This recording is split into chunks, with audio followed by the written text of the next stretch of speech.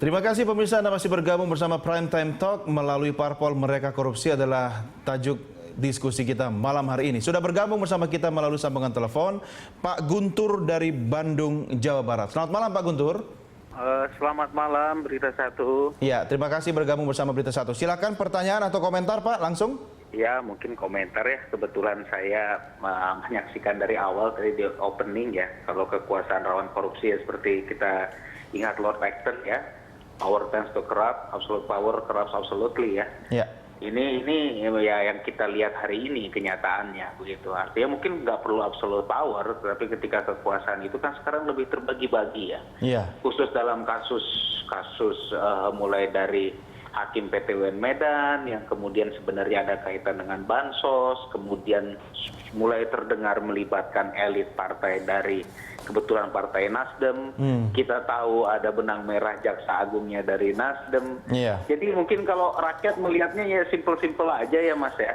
Menurut Pak Guntur nggak perlu absolute power aja bisa korup begitu ya? Nggak perlu. Gimana kalau absolut gitu? Gimana kalau absolut? Karena ini kan kekuasaan ya, sangat tersebar nih kan kemana-mana. Nah saya pikir benar tadi kata Pak Jayadi ya bahwasanya dan Mas Abdullah tentunya sistem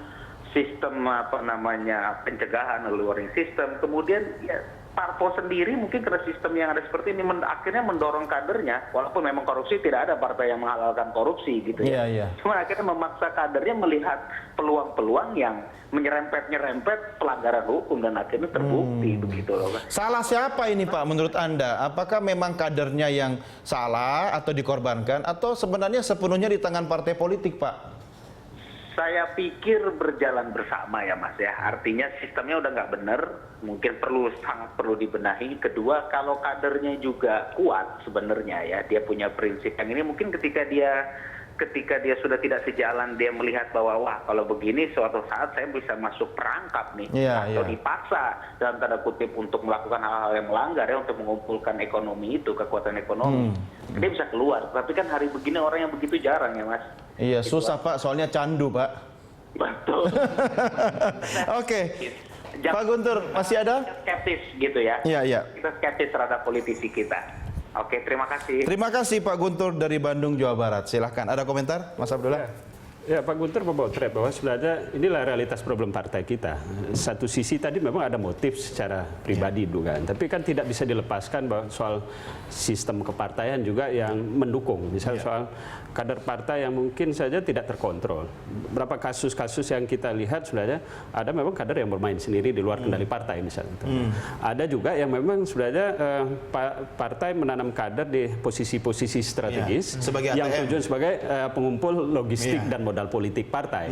Itu berarti bagian dari sistem yang tanda petik tadi ya. Partai memang harus dalam pemetaan kita memang tidak cukup banyak partai misal dalam soal sistem pendanaan yang sehat juga, sehingga seringkali menjadikan kader sebagai alat untuk mendapatkan sumber dan logistik partai politik. Nah, itu satu. Problem lain saya kira soal juga rekrutmen partai dan sistem di internal partai.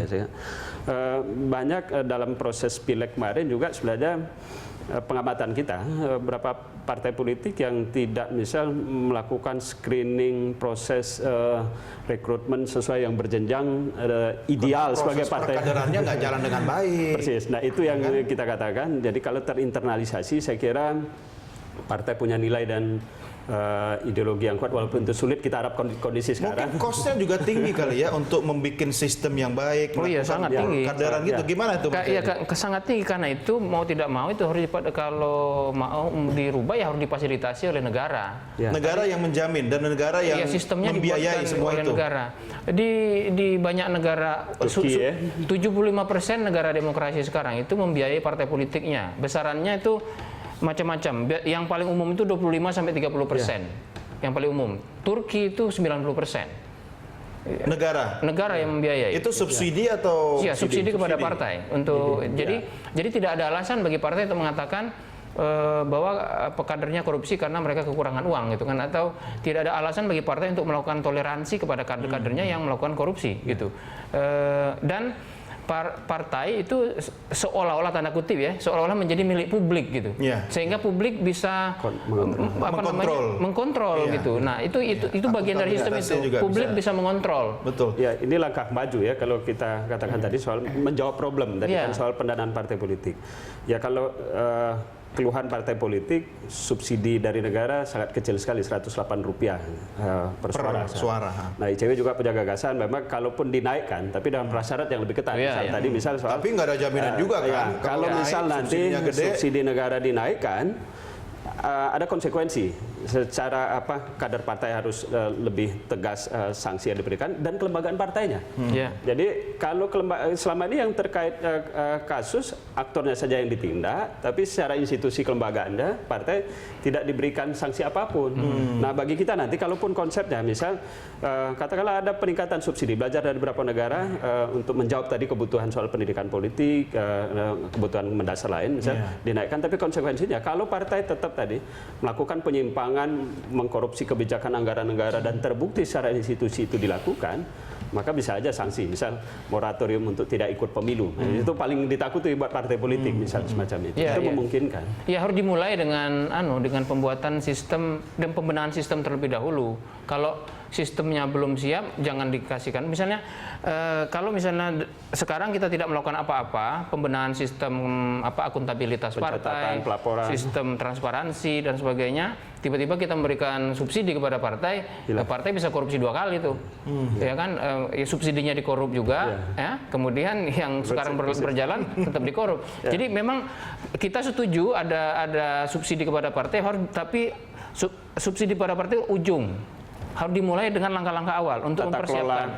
Tata kelolanya harus disiapkan dulu. Sepertinya panjang sekali dan makan waktu juga ya. Masalahnya partai bersabar untuk konsisten nggak melakukan semua itu. Saya jadi ingat ada sebuah cerita. Jangan-jangan kalau semua partai seperti itu, bapak-bapak sekalian, ini malaikat yang masuk partai bisa murtad semua juga. Susah sekali begitu. Iya. Jadi ya betul. Karena itu ya kita harus berjalan sembari memperbaiki, sembari melangkah gitu.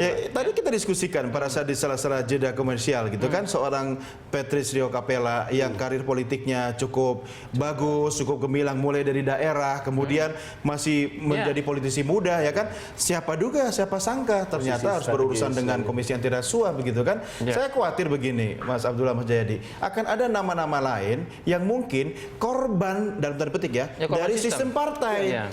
Atau bisa jadi memang sistem partai sengaja dibiarkan begitu untuk para elit mengorbankan orang-orang tertentu. Bisa nggak kira-kira? Kondisi semacam ini terus langgeng dan bertahan, saya kira tidak menutup kemungkinan ya kader-kader partai lain juga akan terkait dengan kasus serupa semacam ini. Kalau memang tadi titik pembenahannya tidak dilakukan dan partai sudah bergeser arah orientasinya, ya arah ideal mandat sebagai institusi partai, kelembagaan partai ideal itu sudah bergeser. Ini apalagi partai baru kan, artinya baru saja sudah punya catatan untuk dalam tanda petik kasus korupsi begitu kan. Dan elit partai yang kita sayangkan ini kan elit partainya, bukan sekedar kader partai yang.